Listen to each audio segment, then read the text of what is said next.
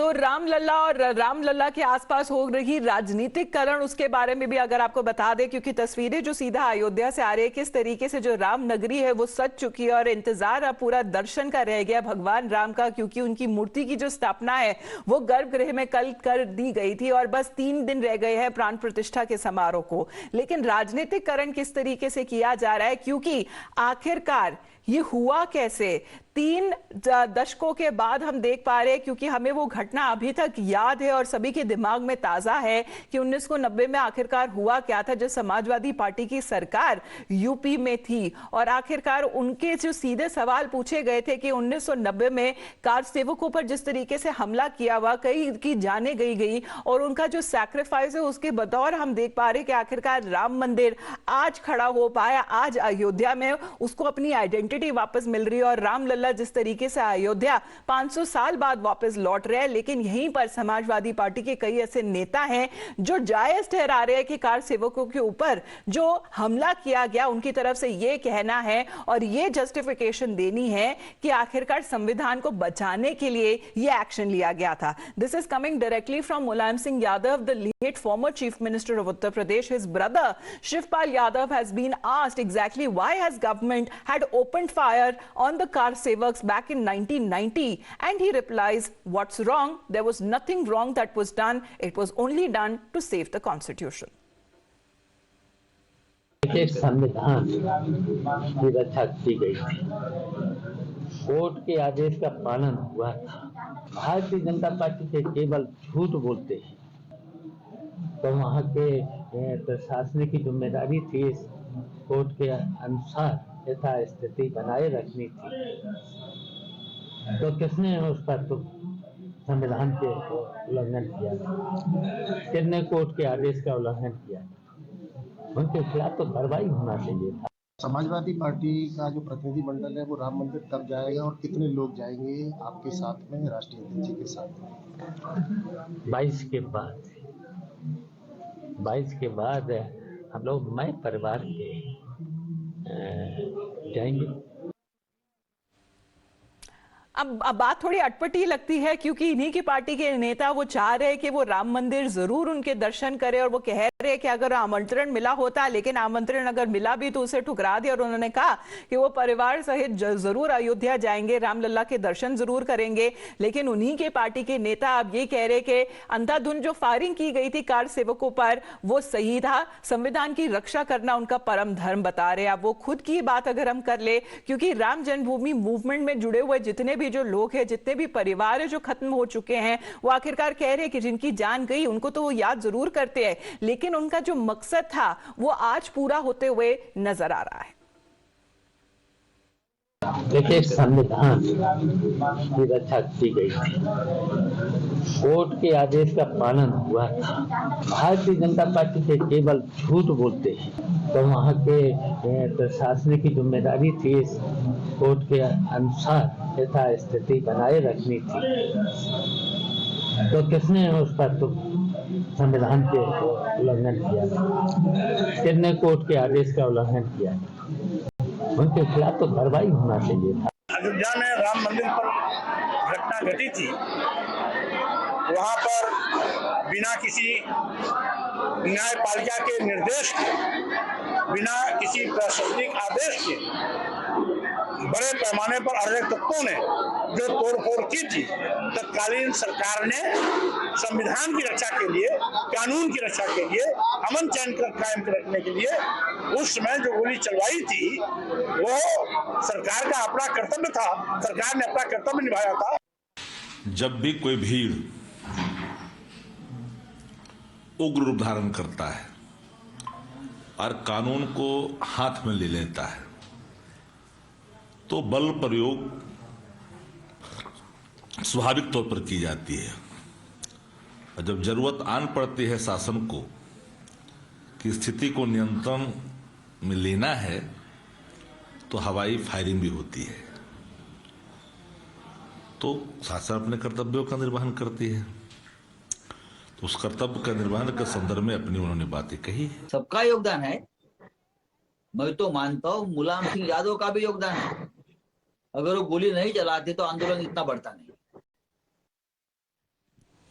अब आपने सुना कि सिर्फ समाजवादी पार्टी से ही नहीं, लेकिन आरजेडी और उद्धव फैक्शन जो शिवसेना कहा जाता है, वो एक तरीके से जस्टिफाई कर रहे हैं कि उग्र हो गए थे तब लोग, जब कार सेवक जब अपनी बलिदान और अपने त्याग के बलबूते आज हम देख पा रहे हैं कि किस तरीके से जो राम मंदिर है वो खड़ा हुआ है, उससे अब उसका निर्माण कार्य अभी भी जारी है। लेकिन आखिरकार उसे ये कहा जा रहा है और जस्टिफाई किया जा रहा है कि वो जरूरी था क्योंकि संविधान की रक्षा करनी भी जरूरी थी। लेकिन यहीं पर अगर हम सवाल उठाएं और आरजेडी और बाकी विपक्षी दल जो समाजवादी पार्टी और उनके बयानों, उनके लीडर्स के जो दिए हुए बयानों का समर्थन करती हुई नजर आ रही है, यही सवाल अब बीजेपी आखिरकार उठा रही है कि ब्लड बाथ को क्या सपोर्ट करती है ऑपोजिशन ब्लॉक। கலைஞர் ஏற்கனவே சொன்னார், எங்களுக்கு நாங்கள் எந்த மதத்திற்கும் எந்த ஒரு நம்பிக்கைக்கும் எதிரானவங்க கிடையாது. அங்கே கோயில் வர்றது எங்களுக்கு பிரச்சனை கிடையாது. ஆனால் அங்கே இருக்கக்கூடிய அந்த மசூதியை இடிச்சிட்டு அங்கே கோயில் கட்டினது தான் எங்களுடைய எங்களுக்கு அந்த உடன்பாடு கிடையாது. நம்முடைய பொருளாளர் ஏற்கனவே சொல்லியிருக்கிறாங்க, ஆன்மீகத்தையும் அரசியலையும் ஒன்றாக்காதீங்கன்னு தான் சொல்கிறோம். ರಾಮ ಮಂದಿರಲಿಂದ ನಮ್ಗೆ ಯಾರಿಗೆ ಬಡವರಿಗೆ ಹೊಟ್ಟೆ ತುಂಬಲ್ಲ. ಎಲ್ಲರಿಗೆ ರಾಮ ಮಂದಿರಲಿಂದ ಯಾರಿಗೆ ಏನಾಗಲ್ಲ, ಮಾಡಲಿ. ಅದ್ರ ಬಗ್ಗೆ ವಿರೋಧ ಕೇಳ್ರಿ, ಅದ್ರ ಬಗ್ಗೆ ಇಲ್ಲ. ಏನು ಮಾಡ್ಯಾರ ಕಾಂಗ್ರೆಸ್ ಅಂತ ಕೇಳ್ತಾರೆ. ರಾಮ ಮಂದಿರ ಮಾಡಿಲ್ಲ ನಾವು. ನನಗೆ ಕೇಳಿದ್ರು 75 ವರ್ಷ ಆಯ್ತಲ್ರಿ ಏನು ಮಾಡಿಲ್ಲ ಬಿಜೆಪಿ ರಾಮ ಮಂದಿರ. ಇಲ್ಲಪ್ಪ, ನಾವು ಶಾಲೆಗಳು ಕಟ್ಟಿವಿ, ದವಾಖಾನೆ ಕಟ್ಟಿವಿ, ಮೆಡಿಕಲ್ ಕಾಲೇಜ್ ಮಾಡೀವಿ, ಇಂಜಿನಿಯರಿಂಗ್ ಕಾಲೇಜ್ ಮಾಡೀವಿ, ಇರಿಗೇಷನ್ ಮಾಡೀವಿ, ಇನ್ಫ್ರಾಸ್ಟ್ರಕ್ಚರ್ ಮಾಡೀವಿ ಅಂತ ಹೇಳಿವಿ. ಇದು ಜನರಿಗೆ ಏನು ಬೇಕು ಅದು ಮಾಡೀವಿ. ಈಗ ಅವ್ರು ಬಿಟ್ಬಿಟ್ಟು ಇವರು ಎಲೆಕ್ಷನ್ಗೋಸ್ಕರ ನಾವು ದೇವಸ್ಥಾನ ಕಟ್ಬಿಟ್ಟು ಇದು ಮಾಡ್ತಾರೆ, ಅದು ಇದು ಅಂತ ಹೇಳೋದು ನಿಜವಾದಂತಹ ಇದು ಜನರಿಗೆ ಮಾಡ್ತಕ್ಕಂಥ ಮೋಸದ ಕೆಲಸ ಅಂತ ತಿಳ್ಕೊ. ನಾವು ರಾಮನ ಭಕ್ತರು. ನಾನು ಹೋಗಿದ್ದೆ ಬಾಬಿ ಮಸೀದಿ ಬಿಡಿಸಿದಾಗ, ಇವ್ರು ಶ್ರೀರಾಮನ್ ಇದ್ದಾಗ ನಾನು ಹೋಗಿದ್ದೇನೆ ಅಯೋಧ್ಯೆಗೆ. ಒಂದು ಟೆಂಟಲ್ಲಿ 2 ಗೊಂಬೆ ತಗೊಂಡೋಗಿ ಇಟ್ಬಿಟ್ಟು ಶ್ರೀರಾಮನ ಇವನೇ ಅಂತ ಹೇಳಿ ಹೇಳೋರು. रामलला हम आएंगे, मंदिर वहीं बनाएंगे, वहीं मतलब बाबरी मस्जिद जहाँ खड़ी हुई है वहीं मंदिर बनाएंगे। ये नारा था कि नहीं था? इसका मतलब था पहले मस्जिद तोड़ो, उसके बाद मंदिर बनाओ। क्योंकि जब तक मस्जिद नहीं टूटती थी इनका उद्देश्य पूरा नहीं होता था। क्योंकि मस्जिद तोड़ना उद्देश्य था, मंदिर बनाना इनका उद्देश्य नहीं था। सुना, लगातार हमने देखा है कि बीते दिनों में जैसे ही खबर आई कि प्राण प्रतिष्ठा का जो समारोह है 22 जनवरी को होने वाला है, लगातार इस तरह के जो बयानबाजी विपक्षी दल और उनके नेताओं की तरफ से होती हुई नजर आ रही है, चाहे वो डीएमके की तरफ से हो, उद्धव सेना की तरफ से हो, कांग्रेस पार्टी तरफ से हो, समाजवादी पार्टी और आरजेडी की तरफ से हो। इस तरह के बयानबाजी दिए जा रहे जो काफी तौर पर आपत्तिजनक उन्हें कहा जाए, क्योंकि सीधे तौर पर हमला ना सिर्फ हिंदू धर्म, सनातन धर्म, भगवान राम और उनसे जुड़ी हुई जो राम जन्मभूमि की जो लड़ाई रही है इतने दशकों तक, वहीं पर बताया जा रहा है कि जहां तक अपनी जो पॉलिटिकल प्रेजेंस है, जिस तरीके से अगर बीजेपी की बात करें तो ये राम विरोधी जो चेहरा है विपक्षी दल का, वो अब सबके सामने आ गया है, वो अब एक्सपोज हो गया है।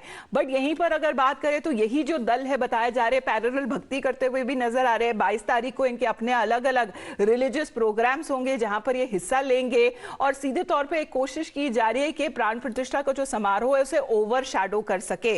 लेकिन यहीं पर अगर हम बात कर ले जिसे जस्टिफाई किया जा रहा है, let's also talk about Shivpal Yadav, who is a brother of the late chief minister Mulayam Singh Yadav, the late chief minister of Uttar Pradesh. He in a way, and not just him, even in his party leaders, if we talk about Swami Prasad Maurya, he too had justified that the indiscriminate firing that happened on the car sevaks was necessary to save the constitution. He has been saying that it was then Chief Minister of Uttar Pradesh who had issued the directive for the police to open fire on the gathering of the car sevaks, 16 of them who lost their lives. उनके परिवारजनों से भी हमने बातचीत करी, जितने car सेवकों ने अपना बलिदान दिया, अपना त्याग दिया, क्योंकि उनका सीधे तौर पे ये कहना है कि उनको याद उनकी तो जरूर आती है, लेकिन जो उनका सपना था कि राम जन्मभूमि के भव्य राम मंदिर उन्हें एक बार बनने का मौका मिले, और वो सपना जो आज है वो सच होता हुआ, वो साकार होता हुआ नजर आ रहा है।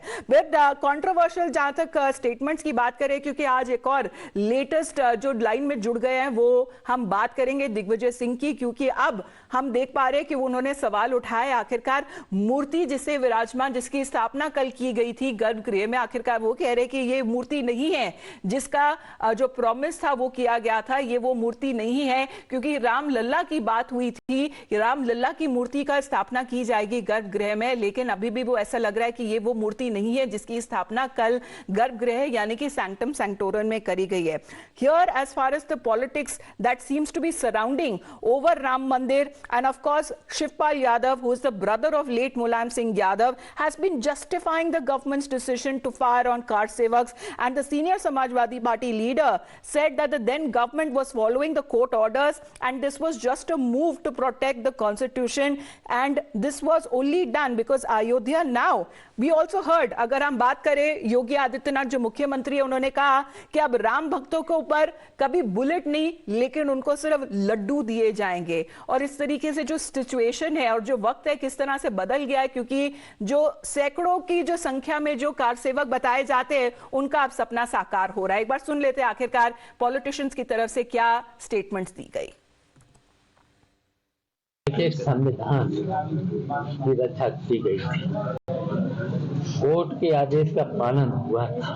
भारतीय जनता पार्टी से केवल झूठ बोलते हैं, तो वहाँ के प्रशासनिक की जिम्मेदारी थी इस कोर्ट के अनुसार यथा स्थिति बनाए रखनी थी. तो किसने उस पर तो संविधान के उल्लंघन किया था? किसने कोर्ट के आदेश का उल्लंघन किया? उनके खिलाफ तो कार्रवाई होना चाहिए था. समाजवादी पार्टी का जो प्रतिनिधि मंडल है वो राम मंदिर कब जाएगा और कितने लोग जाएंगे आपके साथ में, राष्ट्रीय अध्यक्ष जी के साथ में? 22 के बाद हम लोग मैं परिवार के